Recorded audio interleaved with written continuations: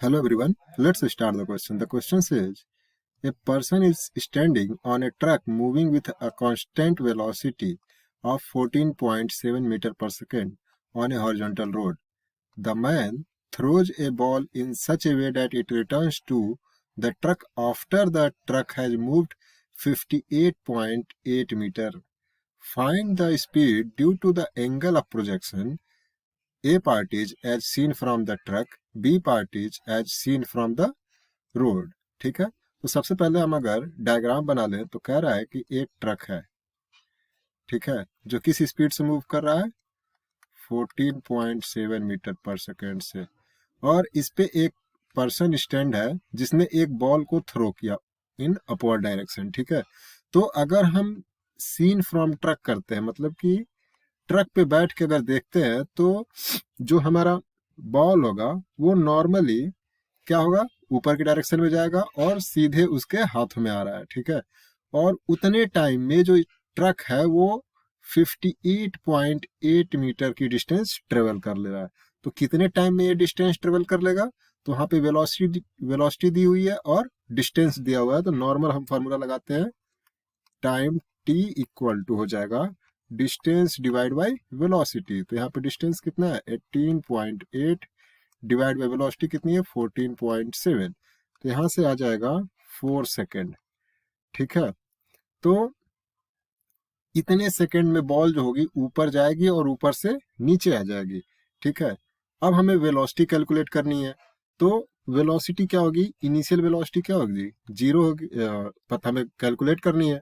Final velocity zero होगी। ठीक है, क्योंकि यहाँ से जाएगा तो यहाँ पे v इक्वल टू जीरो। ठीक है, और 2 सेकेंड 4 सेकेंड टोटल ले रहा है, तो 2 सेकेंड ऊपर जाने में 2 सेकेंड आने में, यहाँ पे u इक्वल टू हमें कैलकुलेट करना है, और g जो होगा वो डाउनवर्ड डायरेक्शन में है, तो यहाँ पे माइनस जी कैलकुलेट करेंगे। ठीक है, तो g will be -9.8 metre per second square, v equal to zero, और अगर हम इक्वेशन ऑफ मोशन लगा देते हैं v equal to u plus g t, तो क्या हो जाएगा v equal to zero, u है हमारा कैलकुलेट कर रहा है, माइनस 9.8 इंटू टी कितना है 2, तो यहाँ से u की जो वैल्यू आएगी वो आ जाएगी 9.8 into two equal to 19.6 meter per second in upward direction. Upward direction, तो ये रहा हमारा एक आंसर।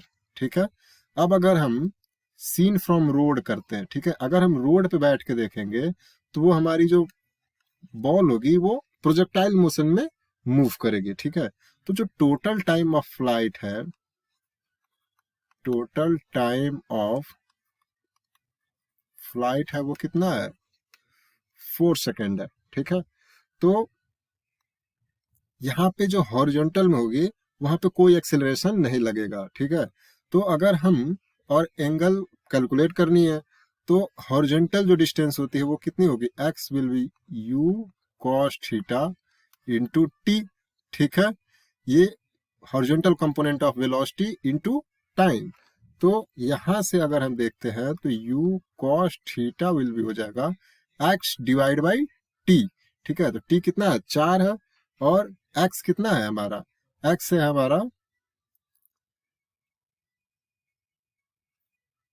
हॉरिजॉन्टल जो डिस्टेंस है वो है 58.8 मीटर, तो यहां से हो जाएगा 58.8 डिवाइड बाई 4 इक्वल टू ये आ जाएगा 14.7। ठीक है, लेट दिस इज इक्वेशन 1। अब हमें वर्टिकल कंपोनेंट कैलकुलेट करनी है, तो वर्टिकल कंपोनेंट के लिए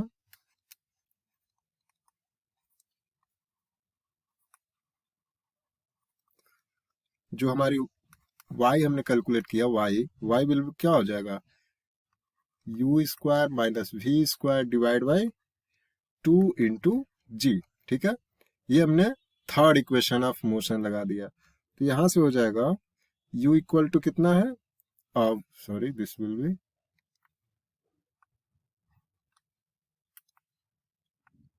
we square minus u square. ठीक है, तो v क्या है जीरो, माइनस u हमने ऑलरेडी कैलकुलेट कर रखा है 19.6 होल स्क्वायर डिवाइड बाई 2 और g की वैल्यू -9.8। तो यहाँ से अगर इसको सॉल्व करते हैं तो y की जो वैल्यू आती है वो आती है 19.6 मीटर।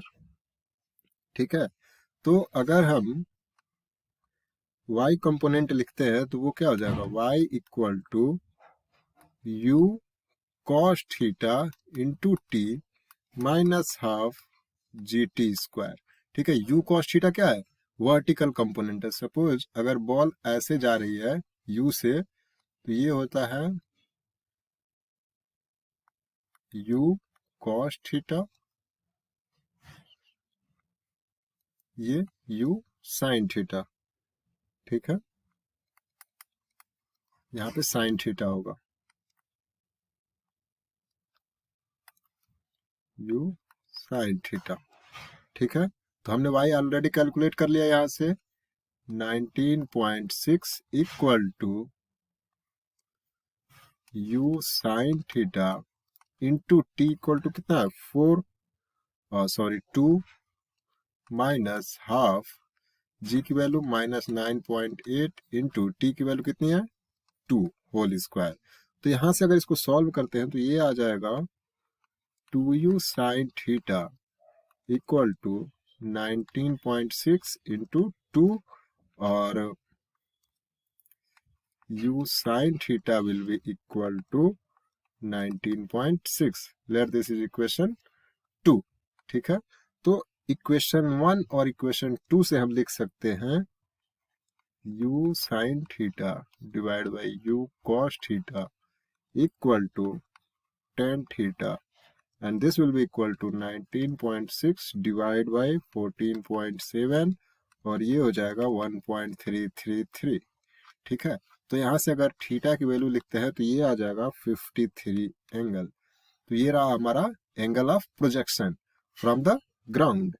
ठीक है, अब हमें थीटा पता चल गया, तो हम किसी भी इक्वेशन 1 और इक्वेशन 2 किसी में वैल्यू पुट करके हम u की वैल्यू कैलकुलेट कर लेते हैं। तो सपोज हमने फर्स्ट इक्वेशन में पुट किया u cos theta equal to 14.7 और cos u विल भी हो जाएगा 14.7 डिवाइड बाय cos 53 और इसकी वैल्यू आ जाएगी 24.42 मीटर पर सेकेंड। ठीक है, तो अगर हम रोड से देखते हैं तो उसकी जो वेलोसिटी होगी वो होगी 24.42 मीटर पर सेकेंड और जो एंगल ऑफ प्रोजेक्शन होगा वो होगा 53 डिग्री। ठीक है, ये रहा हमारा सॉल्यूशन। Thank you.